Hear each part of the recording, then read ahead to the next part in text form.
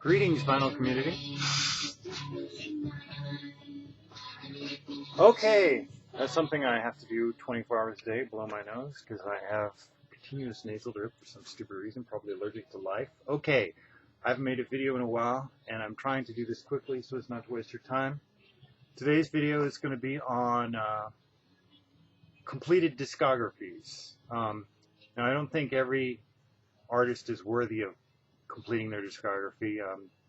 There are a lot of great artists who will release some kind of extreme dud or another. Or there might be artists just has one good album or a handful, and it doesn't make sense to, unless you're a huge fan of the band or the artist and you just want to look at every little development they make, see exactly, follow them where they go.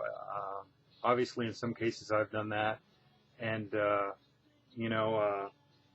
I've decided that I didn't need certain records, but it was pleasant or worthwhile to at least follow them where they went and see what they did. Anyway, through the magic of television, here we are. Let's see. Okay, so the record I'm playing right now is a group that I love called Pink Industry. They are a post-punk new wave band.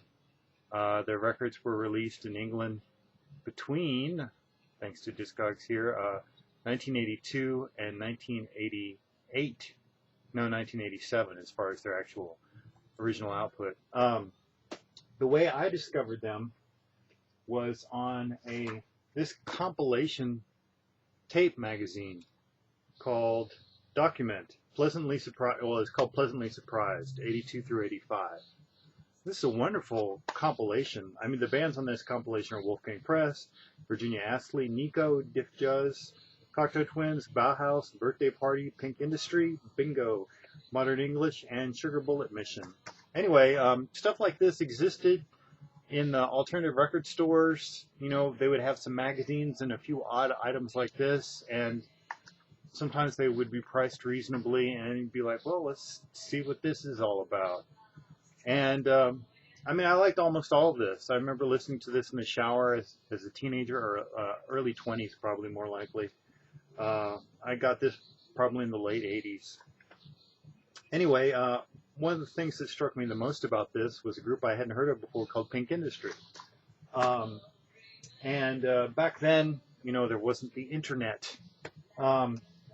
And so you had to rely on what turned up in record stores. And so I never saw any Pink Industry records in record stores. So it wasn't something I could follow through on. But one day in a Tower Records in Washington, D.C., I ran across this copy of this record, Pink Industry. What this is this was a compilation that was put out on a label called Cathexis in 1988. I think I picked this up in 1989, actually. Because again, you know, I guess there were music magazines from England that you could get. They were sort of expensive to get if you were a record fan, because they came out every week, and there were 2 or 3 different ones: Melody Maker, NME, by buying those magazines, you couldn't be using that money to buy records, so you had to be very, careful. Let's see. So I'm going to show you, I finally completed my Pink Industry discography, and their first record that they put out is sort of an EP or mini album. Did I flip past it? Did I put it somewhere else? Oh, no? What the heck? What the heck am I doing? I thought I was better organized than this, people. Okay, here we go. This is called 45. And this is a mini LP, or this is really an EP. It just has 4 tracks. Again, the EP is, I think, in a way, the premier format for releasing music, because you don't have to come up with a whole album's worth of stuff. You could potentially release 2 or 3 EPs a year. So you could have as many tracks as you would have on an album, but you would have a real focused space where you would just release 3 or 4 or 5 songs. and they might all be great rather than, an album that would inevitably have some filler. And you wouldn't be just focusing on a single that would be over before you knew it when you put it on the record player. I'm not a big single person, but I do like EPs when they're good. Anyway, so this is their first EP, 1982. Then their first album, which is called Low Technology, from 1983. These are on a label called Zulu.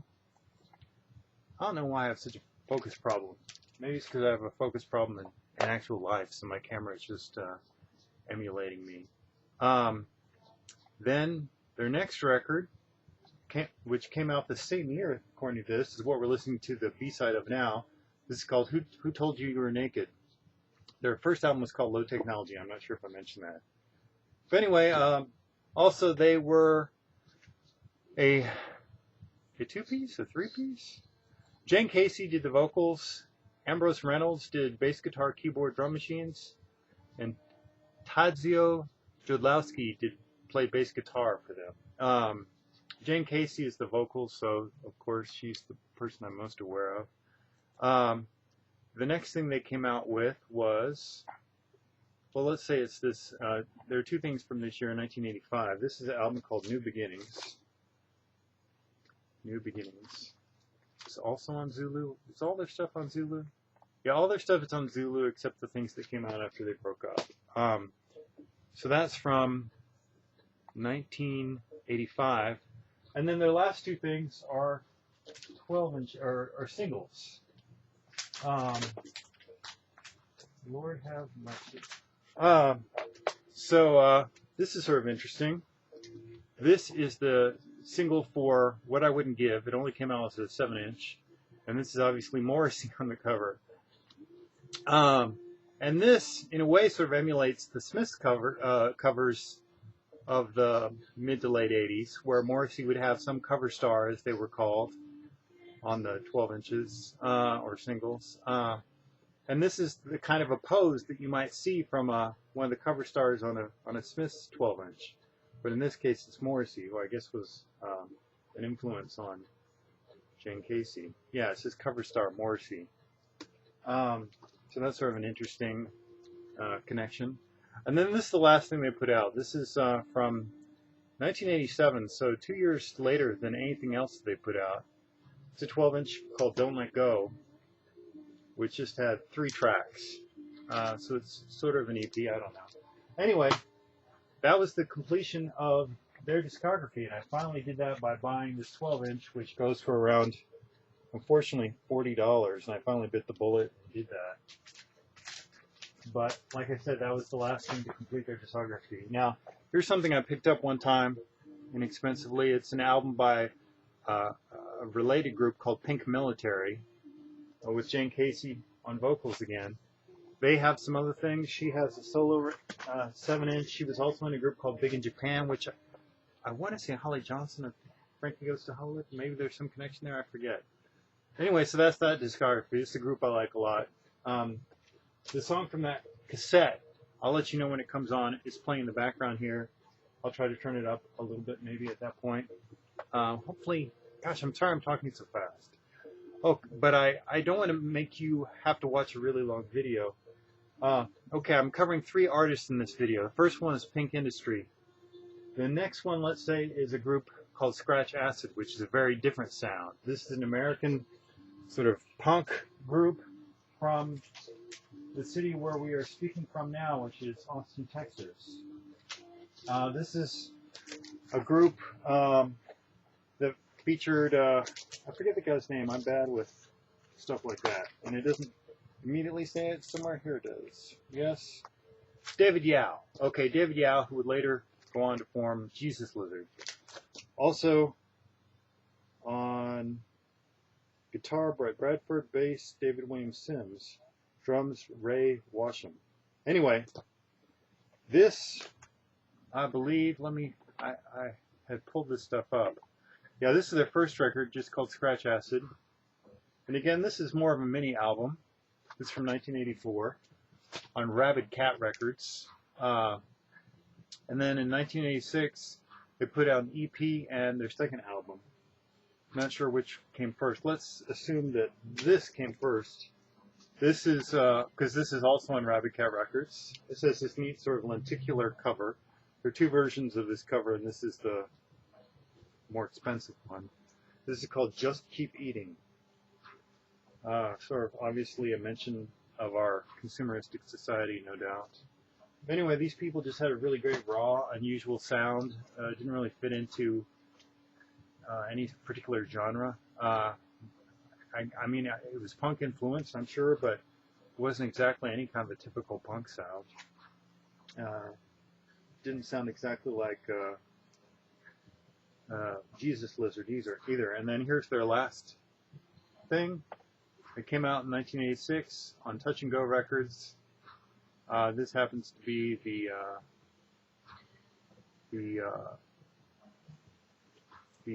European press, which supposedly came out in 1986, whereas the American release supposedly came out in 1987. This is from the UK. Anyway, that completed their discography. They had a CD called The Greatest Gift, which compiles either everything or almost everything. That's a great place to start if you have any curiosity about them. Of course, you live in the world of YouTube now, so you can just search on YouTube and hear some stuff. Okay, the last thing I'm covering in this video, primarily, other than my mental illness, is a guy named Gunter Schickert. I don't know if I'm pronouncing that correctly.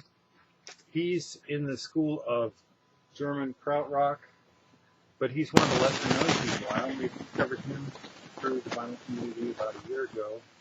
The various people like Derek and Chris Cole, who are great progenitors of information within the vinyl community, turning people on to people on the fringes of the music world that are often neglected. Of course, the great thing is a lot of things are being reissued when things are too expensive and hard to find. Speaking of which, here's Gunter Schickert's first album from 1974. This was more or less self-released with a different cover. I believe only 500 copies were made, and that is highly prized and expensive. This is a reissue on Brain. Brain picked it up, and it was issued, I think, twice by Brain. Once with the original cover, and then once with this alternate cover afterwards. Then his next record, pardon my German, Überfällig. This is from 1979, came out on Sky Records. This probably is a reissue, I believe. But how Gunter Schickert is different from other krautrock, I would say it's a little bit more meandering and open to ambient sounds than needing to focus on specific tracks or the typical jamming that you think of with krautrock to some extent, although he definitely is capable of that too. But I really like the sort of sound wanderings that I would describe it as having. This is a reissue of his third album from 1983, 4 years later. So there's a 5-year gap and then a 4-year gap between all these albums. I need to research more about him. He's not one of the most well-known people in krautrock. He's still active today, which is exciting news. This is his third album, Kinder in der Wildnis, which I assume means children in the wilderness or something along those lines, maybe. Then his next few things, like his next thing didn't come out, according to this, until 1995, a CD, and then 2009, a CD-R, and then 2012, a cassette, and then 2013, this was issued for the first time, to my knowledge. This is a collaboration he made with Gunter Schickert. Who am I talking about? This is a collaboration with Klaus Schultz of My Brain Isn't Failing Me Completely. Wasn't he with, is he a Tangerine Dream person? My Brain, he's a solo artist. So what am I talking about? But was he in some other group as well? Let's see, he was in Ashra Temple. Okay. Yeah, he also was supposedly in Tangerine Dream. Anyway, Klaus Schultz, who's a great solo electronic artist. Revealing my ignorance all over the place here. Anyway, but this is their tapes finally released together in 2013. Then there's this triple album with someone named Ferrochromia. This is called OXTLR. Oxflip. I don't know what that means. But anyway, and then just this year, which I haven't gotten yet, so I'll forgive myself for this discography being incomplete, is a new release with the artists Gunter Schickert, but also someone named Arbeit and someone named Schneider. And because their initials form the letters ASS, it's called ASS, or ASS, I don't know. Gunter Schickert also released a 7-inch, self-released in 1982, which would have been between his second and third albums. I don't have that, sadly. And I don't have the CD releases or cassette release as of yet, but I mostly have his vinyl releases completed, so I'm calling this a mostly complete discography. But again, there are artists whose complete discographies are worth getting. There are artists that maybe are your favorite artists, so even if not all the releases are great, you still may feel compelled to get all their releases. Like for me, that example is John Lennon. I love him deeply. I wish to God I could have heard recordings that would have been made after 1980, but an idiot with a gun kept that from happening, sadly. But as much as I love John Lennon, I really don't care for his rock and roll album of rock tunes that he cover versions that he did with who's the guy with the crazy hair who shot somebody. Anyway, I don't like that album, but I like most of his other stuff. I like all his original stuff pretty much completely without hesitation, but not the rock and roll records. So that's a weird case where I like almost all of somebody's output except for one specific release that I have so little use for that I don't feel the need to keep that. Anyway, I'm droning on. Maybe that's why I shouldn't make videos. But here's the mess of a world that I live in. There's a beautiful print that I like called Nike, no relation to the, Google that image and maybe you can find it. Here's some recent record things. We just had a washing machine put in, so this room is in more disarray than normal. Our old washing machine died. Shout outs to various people, Britt Varr, my local homie, to Roger Coleman, who I'm in some communication with, to Richard Lee Drums, who doesn't seem to be around anymore. Anyway, keep looking for great music and never give up, and peace and love to you all.